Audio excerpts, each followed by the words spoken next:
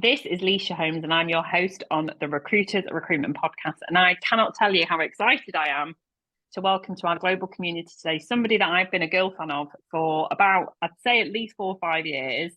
And I hope you are too. And I can't wait for you all to get to know this amazing leader and just generally brilliant cheerleader for our amazing sector. That's why I've invited Abi Dunn, who is the founder of 68 People and co-founder of Pineapple, to our community today. Welcome to you today, Abi. How are you? Thank you. That's quite the introduction. Crikey. I'm very well. Thank you very much. I'm really good. In London, in what looks like a prison cell, but I'm in a cold. It doesn't actually. I mean, you should see. I mean, because we tend to get people to go and listen rather than watch. But I know that quite a few of you do go and watch back on YouTube. I can't bear to watch myself. I'm like this in my hand. But you don't look like you're in a prison cell at all. It looks quite stylish. Thank you so much for joining us. And sorry if that sounded a bit creepy, but it is true because, and I'm sure we'll get to talk about that. You did so much. We're not going to dwell too much on the past, but there was a lot that you did for your community. But there'll be people that don't know who you are, Abi, because we've got people across the whole industry, every sector. So without further ado, would you like to explain who you are and what you do? So I'm the founder of a business called 68 People. There are not 68 of us, and I don't really intend to get to 68 of us. We are a hospitality recruitment and training business. We are 5 years old, and we have a team of 23 split over a Manchester office and London office, with a training business kind of thrown in there. I run the business with my business partner Charlotte Kemp, who joined 2.5, 3 years ago now. And yeah, we are very passionate about hospitality, and if I'm totally honest, probably see myself more in camp hospitality than I do in camp recruitment. Yeah. But I'm actually, the more I'm getting to know more people in the recruitment world, and I'm enjoying it. I'm glad to hear it. That's interesting that you say that about seeing yourself more in that camp, and that's the way it should be. And I think that the purpose of my podcast is for people to be reassured that when you become an industry expert, you should feel more like you are part of that industry than being identified as a recruiter, because that's effectively how you're seen as a partner, right? Yeah, and I was always, when I first started out in recruitment, I could never imagine I wanted to have like an industry voice within hospitality, and I could never imagine that, because I was like, God, I'm never going to be let have a seat around that table because I'm a recruiter. But I've worked really hard, and it's still a long way to go, but to hopefully be a serious champion of that industry. And it's something that I'm really passionate about, and I hope that along the way somehow I've managed to change some people's perception of the recruitment world. I think you have, and I do think your reputation goes before you, which is why I wasn't being facetious of calling myself a girl fan, maybe lady fan. I don't know, that sounds even weirder. But I do think that the external perception of how you have wedded the two industries and the two worlds, I think you are like the real pinnacle of how it can be done properly. Can we just, before we continue though, just tell us a bit about your history? Like, how did you end up forming 68 People? Tell us a little bit about the journey to that. So I started life in hospitality, collecting glasses actually, and needed a job at university. Same old story. Kind of fell into it and fell in love with it. Fell in love with the people that I worked with, and just about finished my degree, but scraped through it and came out the other side of it as a young manager. And so managed bars for a few years, and then before I probably lost that job because I didn't want to work on Saturday nights anymore. My dear boss at the time said, would I be interested in going into people? And so he said, go and do some agency experience, and in 12 to 18 months time, we might need that. We need an in-house recruiter. So that's what I did. I went out and got some agency experience with a really nice company in Leeds called SVB. Sadly, it doesn't exist anymore. In fact, the owner of that is now a vicar. Oh wow! Yeah, big change. So I loved recruitment, and I was good at it because I was kind of really obsessed with the psychology of people, and enjoyed talking to people, enjoyed. I always felt as though a job was such an important part of someone's life, and really found a lot of joy in connecting those two things together. And then I went back in house and stayed with them for another 8 years. And I had left when I had my twin boys, but went to a big agency and didn't really enjoy that. Didn't enjoy that experience, but maybe it taught me what I didn't want to create, you know. And it was such a big agency that had lots of big finance and tech and IT teams, and we were such a small fry, and I wasn't particularly successful. You know, I think you've always got, you're not always successful in the jobs that you do, are you? And I definitely don't think I was in the job. And I luckily got scooped up, had a phone call from a friend of mine, Rory, who ran a recruitment business, and asked if I would kind of represent him in the north and kind of set up self-employed, but under his brand. So I did that for 4 or 5 years, and then I just wanted to do it myself. And really that's the history. I wanted to set something up that I could be really proud of, that was values driven, and that, you know, it wasn't, I'm sure my business partner will cringe when I say this, but it wasn't about commercial gain. It was about me wanting to do, like, prove myself. I don't know why, you know, just but impact on your industry, right? Yes. You know, that's shouting that to me. I mean, in terms of what you just explained there around, and I want to pick up on not necessarily a negative part of what you said, but going into that corporate, who I'm glad has remained nameless, we can all maybe guess or look on your LinkedIn. It's actually very often the leaders that I bring on this podcast will talk about these environments where you think, this is exactly how I'm not going to do it when I launch on my own. So I actually think sometimes you almost need to put yourself in those environments, because I was in that environment. That was my first recruitment job, and I was like, it was so horrifically micromanaged, like beyond, like you couldn't even go to the loo without asking permission. I'm not joking. And you think, well, why would you create an environment like that? So it's brilliant that it's almost like setting the scene of all the plagiarizing, all the good bits, because you've got an eclectic background. You've done everything in your industry, in-house agency, worked in it, managed in it, been a customer in it. I'm a customer quite often, too often. And I think, look, there were some great people in that agency, and when I look back now, I probably learned more from that 11 months than I realized at the time. And I remember setting up 68 people and writing a blog. I think I said this before, but about how it's not a numbers game, because I was really frustrated by this, the activity, you know, the pressure around activity, number of calls, but actually now, 5 years in, I'm nervously heading to what, you know, we do measure stuff, you know, we measure activity, we measure how many, you know, what people do, not that we split the function of BD and recruitment, but we probably becoming more like that big agency than I ever thought we would be, because we are measuring shit. But I think what the bit that is needed is just, you've got to be so values driven and about how you're doing those numbers and how you're leading the people to do those numbers. But not having any numbers is fucking crazy. Like, you've got to. Well, it's fucking crazy. It's not scalable, and you've scaled. It's not scalable, and I mean, this, I don't necessarily talk about this a lot on the podcast, but I'd certainly do on my LinkedIn as a rep to rec day to day. There's this kind of misconception that having KPIs is terrible, and, you know, why would you want to work in a company that has KPIs? And it's absolute bullshit.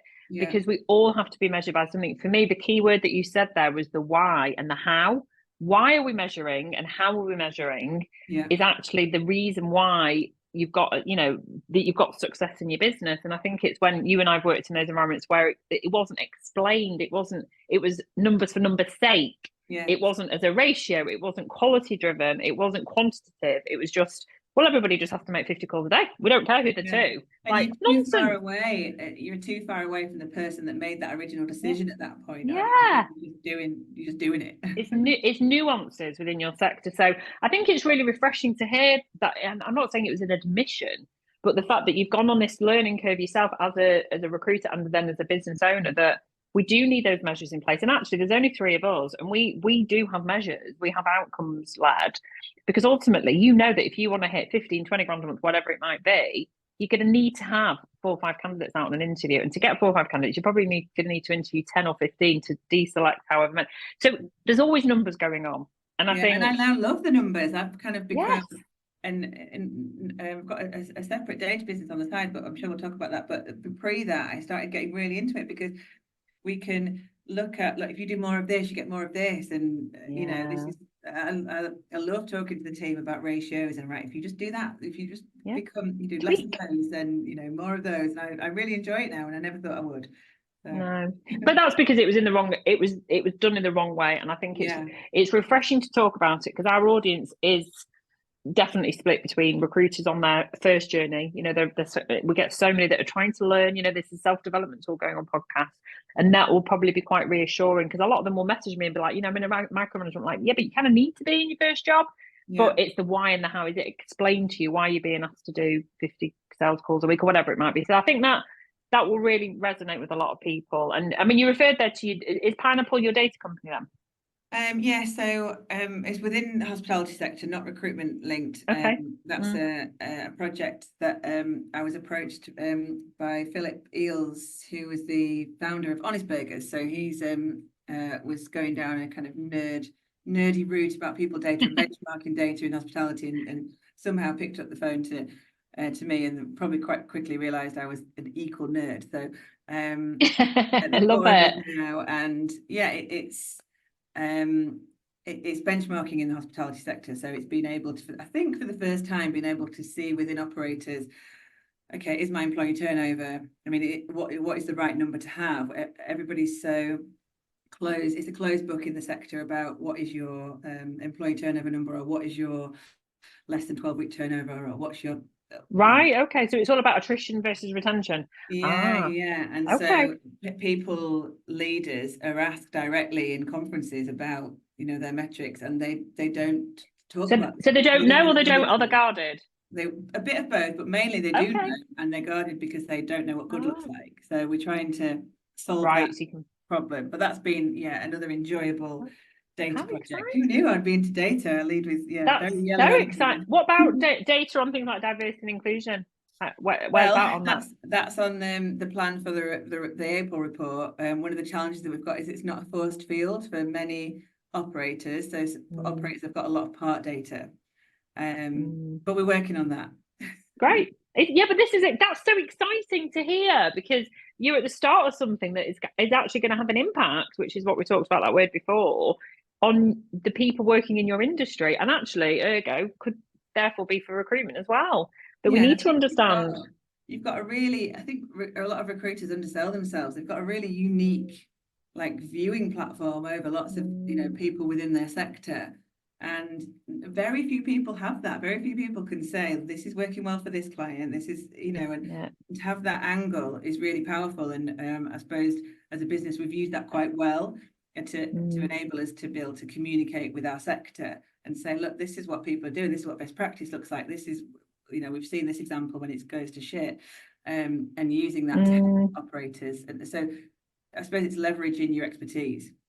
Well, it's providing market insights, but it actually has a meaning to it. And of course, you as an industry and as a sector, it's almost like you're the punching bag of the economy. You Brexit, boom, COVID, boom, any kind of cost of living crisis. I mean, talk about blooming, I was going to say something really crude there, but I'm not going to stop myself saying something really awful. It's just horrific. You are like the ultimate sector. So actually having that data to support your clients through, whatever the market conditions are, I think it's absolutely imperative for those leaders to understand. And I think it's, you're giving such value back, Abi.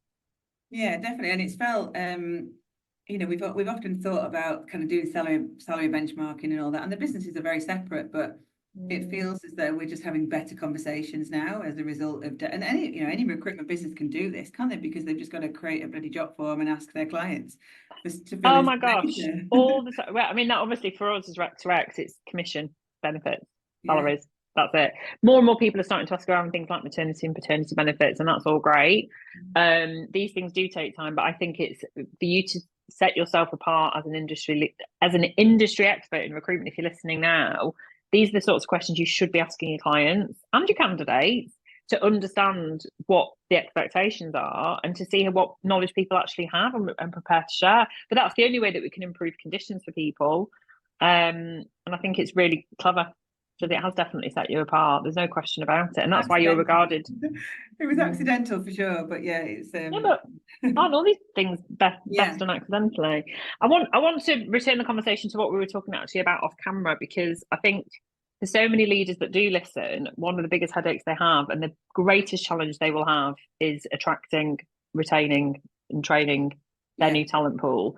Of course, you know, my expertise is in the experience market, but more and more I'm partnering people on that early career journey.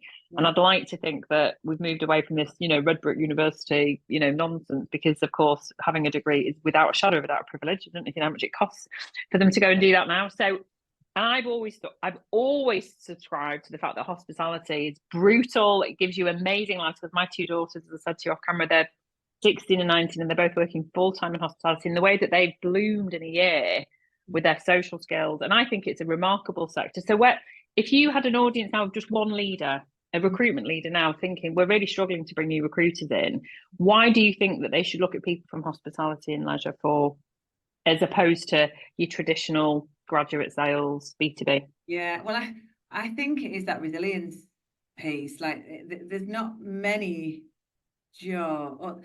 Well, what they have in common, definitely hospitality has in common, that you need some resilience to be able to deal with the pressure, and whatever environment you're in, whether you're in a coffee shop or you know, an arena or a restaurant, there is pressure that you know, I still now, maybe 20 years after I left behind the bar, kind of have these nightmares about people stood in front of me wanting drinks and not being able to serve them.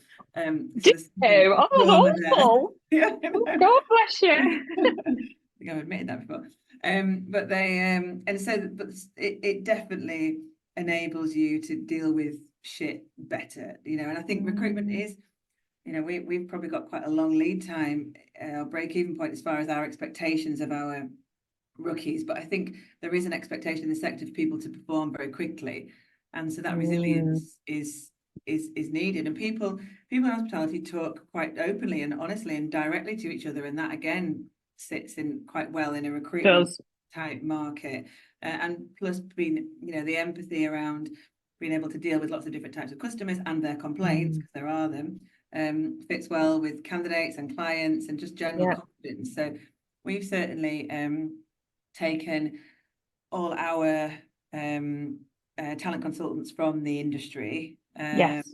And yeah, touch wood, that's you know, served us well. It's worked well for you, because that has worked well in other sectors. I see it really commonly in things like the legal profession, professional services like risk and compliance, HR, you know, because there's that, like you say, there's that empathy, but there's that understanding. So I imagine if you've come from hospitality and you've, you know, worked in it for a significant amount of time, and then you're recruiting in it, you're going to understand that person, that you can benchmark them better. Yeah, and I think you've got to be shit hot at, though, is probably is interviewing yourself, which is, you know, ironic, I suppose, if you're not in the recruitment world. But you know, about what process you take people through, and not having this, oh, let's just give them a chance and see what happens. You know, I've never ever thought that about a hire, but I've always thought, you know, we've probably done 3 stages. We've done presentations. We've had quite specific competencies that we're recruiting around, and yeah, touch wood, that's worked well for us. But I think if you are taking people without any recruitment experience, doing that on the fly, you know, those two things don't together. You've got to do a proper process, or get some you do help. Plug for you there.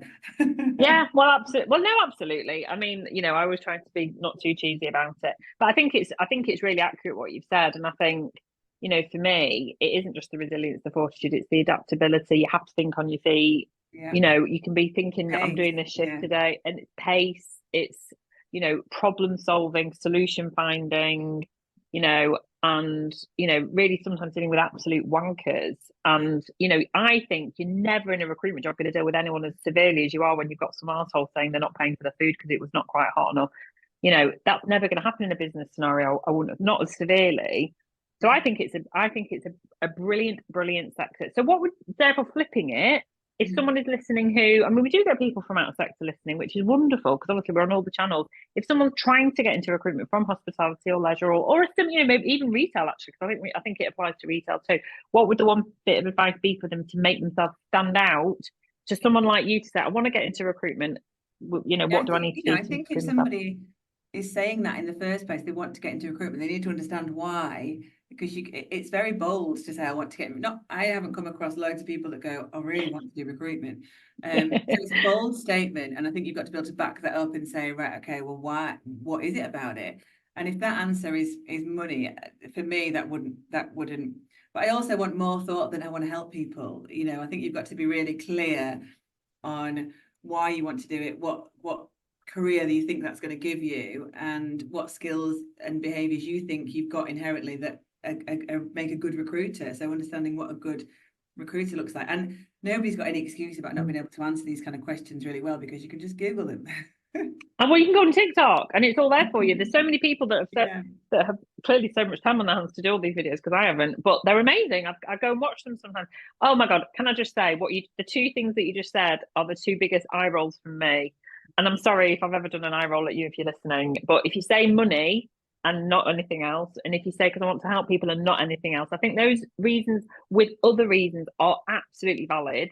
Yeah. But you can go and earn money doing anything else. You can go and bake cakes. You could, go on OnlyFans. I don't care.